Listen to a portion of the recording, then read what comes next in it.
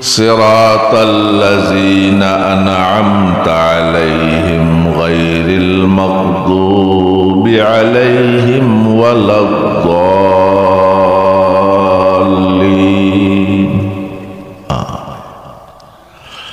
آمنت بالله صدق الله مولانا العظيم وصدق رسوله النبي الكريم ونحن على ذلك من الشاهدين والشاكرين والحمد لله رب العالمين মাদ্রাসাতুল মদিনার উদ্যোগে আয়োজিত হযরত শেখ আব্দুল গনি রহমতুল্লাহ আলাইহির জীবন এবং স্মৃতিচারণমূলক আজকের এই বরকতময় মাহফিলে উপস্থিত সদর মজলিস হযরত উলামায়ে কেরাম, তালাবায়ে আজিজ, ধর্মপ্রাণ মুসলমান ভাইরা, আল্লাহ রাব্বুল আলামিন আমাদেরকে এই দুনিয়াতে পাঠাইছেন। এই দুনিয়ার জীবনকে আখিরাতের জীবনের জন্য, এই দুনিয়ার জীবনে সামান তৈরি করার জন্য। এই দুনিয়াতে আসার আগে আমরা জান্নাতে ছিলাম। সেখানে আমাদের ক্ষুধার কষ্ট ছিল না, থাকার সমস্যা ছিল না, সব কিছু আমরা এমনি এমনি পেয়ে যেতাম। কিন্তু এই দুনিয়াতে আসার পর আমাদেরকে আমাদের ব্যবস্থা করার কিছু দায়িত্ব প্রদান করা হয়েছে। দুনিয়াতে আমাদের কিছু চাওয়া পাওয়ার আছে, কিন্তু আমরা যা চাই সব পাই না। অনেক সময় যা পাই তা হয়তো চাই না। কেউ চায় একটা, পায় আরেকটা। এই দুনিয়ার জীবনে আমরা যা কিছু চাই, যা আমার দরকার, যা আমার প্রয়োজন, তা পেয়ে গেলে আমার একটি অবস্থা আছে। আর আমার যা দরকার তা যদি আমি না পাই তাইলে আমার আরেকটা অবস্থা আছে। এই পুরা দুনিয়ার জীবন আমার দুই ভাগে বিভক্ত।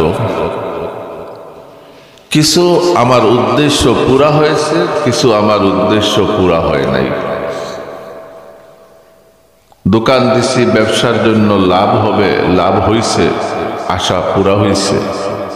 ক্ষতি হয়ে গেছে, আশা পুরা হয় নাই। বিদেশ যাওয়ার চেষ্টায় আছি, গেছি, উপার্জন করছি, আশা পুরা হইছে। যাইতে পারি নাই, গিয়া ধরা খাইছি, উপার্জন হয় নাই, আশা পুরা হয় নাই।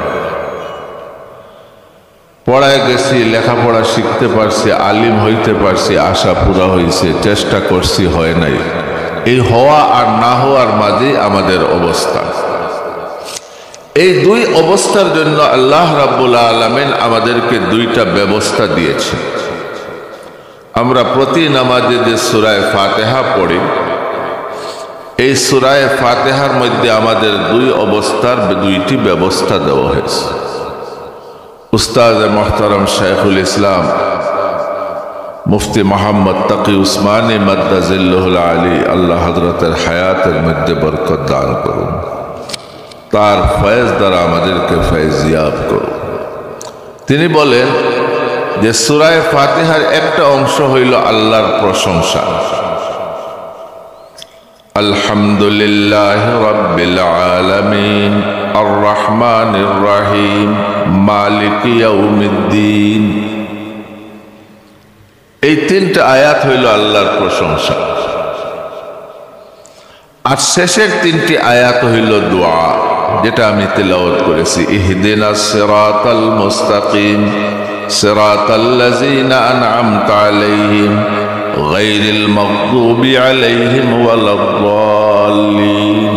আমরা সবাই জানি সূরা ফাতিহার 60টি আয়াত। প্রথম 3টি আয়াত হইল আল্লাহর প্রশংসা, আর শেষের 3টি আয়াত হইল দোয়া, আর মাঝের আয়াত হইল বিভক্ত।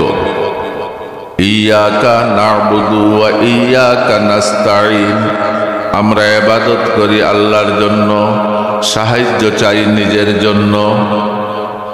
তাহলে 3 আয়াত আল্লাহর, 3 আয়াত বান্দার, মাঝের আয়াত অর্ধেক আমার অর্ধেক আল্লাহর। ওটাকে আপনারা হাদিসে কুদসিতে শুনেছেন। নবী আকরাম সাল্লাল্লাহু আলাইহি সাল্লাম বলেন, আল্লাহ বলেছেন কাসামতুস সালাতা বাইনি ওয়া বাইনা আবদি, যে আমি নামাজ অর্থাৎ সূরা ফাতিহাকে 2 ভাগ করেছি। প্রথম 3টি আমার, শেষ 3টি বান্দার, আর মাঝেরটা হইল তার এবং আমার। এই যে আল্লাহ তাআলা সূরা ফাতিহাকে 2 ভাগ করলেন, প্রশংসা আল্লাহর আর দোয়া আমাদের জন্য, আর মাঝের আয়াত সাহায্য চাইব আমাদের জন্য, ইবাদত করব আল্লাহর। এই ভাগ করার দ্বারা আমাদের জীবনের 2টা অবস্থাকে আল্লাহ তাআলা ব্যবস্থা দিলেন। কি ব্যবস্থা? যে ব্যবস্থা হইল এইটাই যে তুমি যা চাইছো তা যদি পাও তাহলে আল্লাহর শুকর আদায় করো, আল্লাহর প্রশংসা করো। প্রথম 3 আয়াত হইল প্রশংসা। আর তুমি যা চাইছো তা যদি পাও না, তাইলে আল্লাহর কাছে সাহায্য চাও, চাওয়ার জায়গা আল্লাহ। শেষ আয়াতগুলো হইল দোয়ার। আমরা আল্লাহর কাছে কি চাইব, কিভাবে চাইব, এই চাওয়াটাও আমাদের জানা নাই, এইটাও আল্লাহ আমাদেরকে শিখাইয়া দিছে। তামামি তারিফ জানো সেই সে খুদার, পাপীদের যে দিয়াছে দুয়ার অধিকার। আল্লাহ শুধু পাপীদের দুয়ার অধিকার দেন নাই, দুয়ার চাওয়ার তরিকাও শিখিয়ে দিছে। কারণ কার কাছে কি চাইতে হয় অনেক সময় আমরা বুঝি না। এক ব্যক্তির লম্বা ঘটনা আছে, আমি যাব না। তার ঘটনায় খুশি হইয়া রাজা তাকে জিগাইলেন, তোমার কি দরকার? সে বলল, আমার ঘরের একটা খেওড় ভাঙ্গি গেছে, ওইটা ঠিক করে দিয়া। তো জৈন্তার রাজায় আসে, কই তুই হেমুর বলদ, বলদের লগে থাকিয়ে তুইও বলদ হইছস। রাজার কাছে মানুষের দরজার খেওড় চাইনি, তুই কইতে কয় গ্রামর দরকার আমি দিয়া দিতাম। সে বুঝছে ওইটাই মনে হয় চাওয়া। আপনি বাচ্চারে বললেন তুমি পাস করছো SSC GP 5 পেয়ে, তোমার কিটা দিতাম? বলে একটা আইসক্রিম দিলাম। এটা একটা চাওয়া হইল।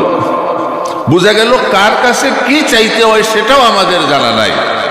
আল্লাহ শিখিয়ে দিলেন, চাও আমার কাছে। ইহদিনাস সিরাতাল মুস্তাকিম, রাস্তা সোজা মানে সব পাইলে, রাস্তা ঠিক থাকলে সব। আমি অসুস্থ, ডাক্তারের কাছে যাব।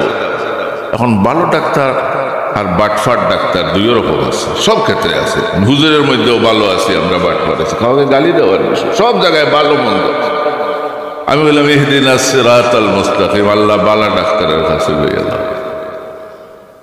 ডাক্তারে কইল, যাও তোমার টেস্ট করাইয়া আনো, বালা আছে বাটফার আছে।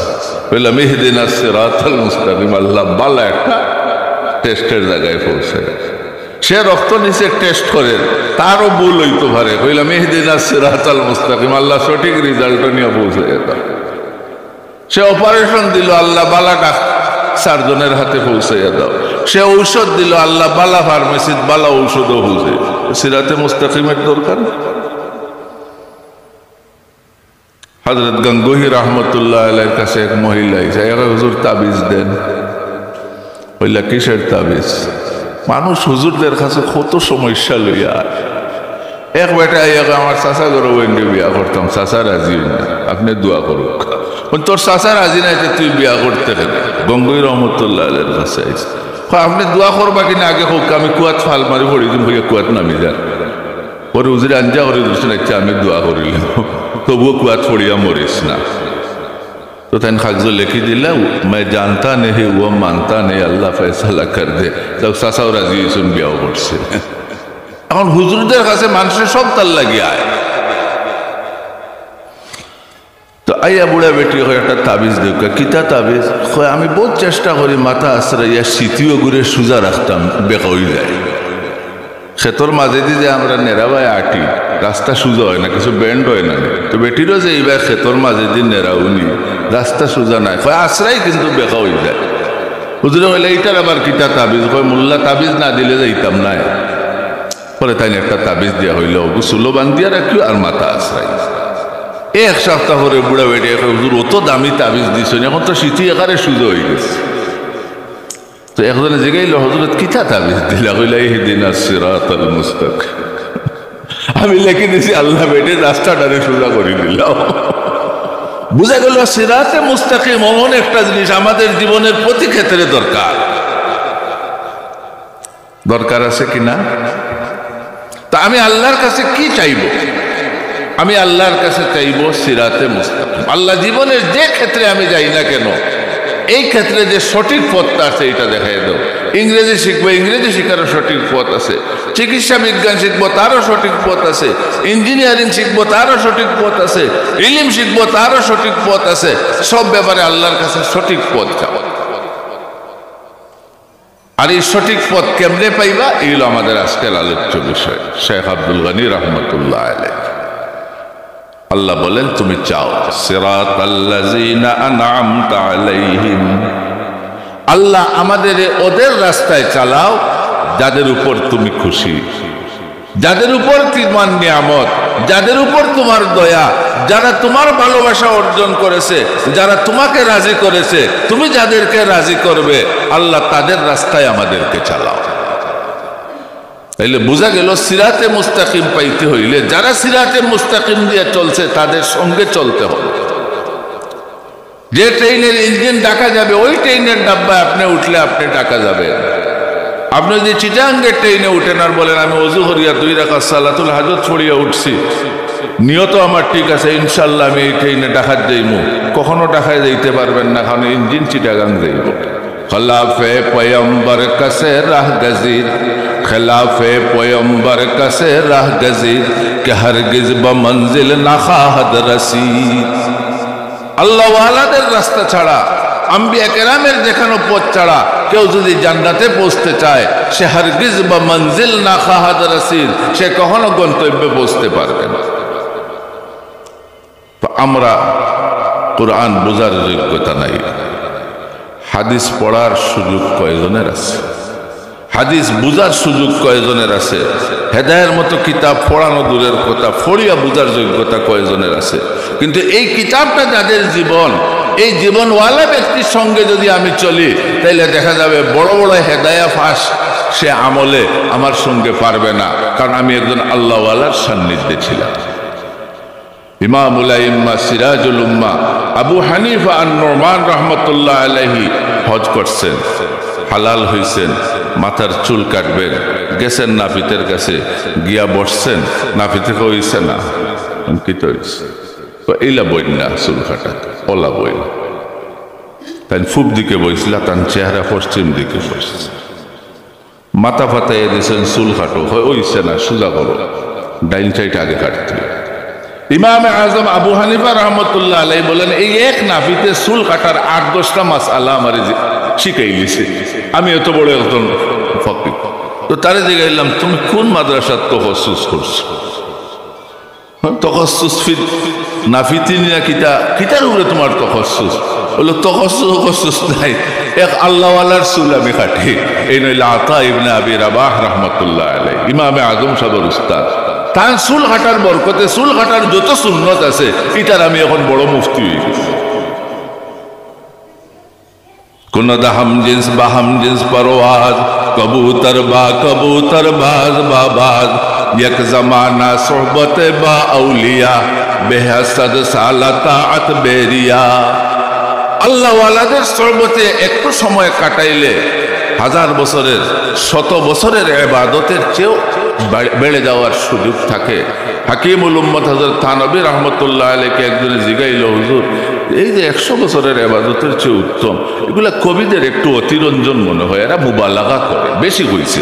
হযরত বলেন, না, সে কম বলছে, হে বলছে 100, আমি বলতাম 1000 বছরের ইবাদতের চেয়ে উত্তম। আর উলামায়ে কেরাম এবং আউলিয়া কেরাম আল্লাহ ওয়ালাদের সোহবত থেকে যখন মানুষ বঞ্চিত হয় তখন সে তবলিগের নামে মানুষকে খুন করে কিনা? হ্যাঁ, হযরত মাওলানা রফি উসমানী রহমতুল্লাহ আলাইহি বলছেন যে উলামায়ে কেরামের রাহনুমাই যদি না থাকে তাহলে তবলিগ থাকতো না, এটা পিকনিকে পরিণত হয়ে যাব। যদি উলামায়ে কেরামের রাহনুমাই না থাকে, আল্লাহ ওয়ালাদের রাহনুমাই না থাকে, তাহলে জিহাদ থাকতো না, এটা ফাসাদ ফিল আরদি। এই জন্য সূরা আবাসা আপনি গৌর করবা, একজন ইসলাম ইলম হাসিল করার আর নবী আসলাম দাওয়াত তাবলীগের কাজও ওইটার অগ্রাধিকার দিছিলা। আল্লাহর পক্ষ থেকে বলা হয়েছে তালিবে ইলমের অগ্রাধিকার দেও, এইটা বেশি জরুরি। শেখ আব্দুল গনি রহমতুল্লাহ আলাইহির বারাকাত। আমি কি আলোচনা করবো?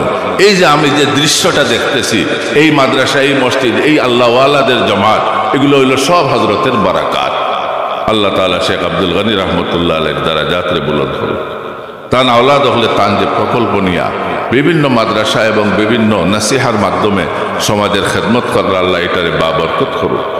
এই মজলিসে আল্লাহ তাআলা কবুল করুক এবং আমাদের সবাইকে সিরাতে মুস্তাকিমের উপরে চালাউক। সবাই পড়ে ইহদিনাস সিরাতাল মুস্তাকিম সিরাতাল্লাযিনা আন'আমতা আলাইহিম গায়রিল মাগযুবি আলাইহিম ওয়ালাদ-দাল্লিন। মাগযুব আলাইহিম আমরা জানি ইহুদি, দাল্লিন মানে খ্রিস্টান। আজকে ইসলামের নামে অনেকে ইহুদির এজেন্ট হিসাবে কাজ করতেছে। এই দোয়া করার সময় আমাদের আসে আয়ে খাসানে রসুল ওয়াক্তে দুআ है, आए खासाने रसूल वक्त दुआ है, उम्मत पे तेरी आके अजब वक्त पड़ा है। वाखिर दावाना।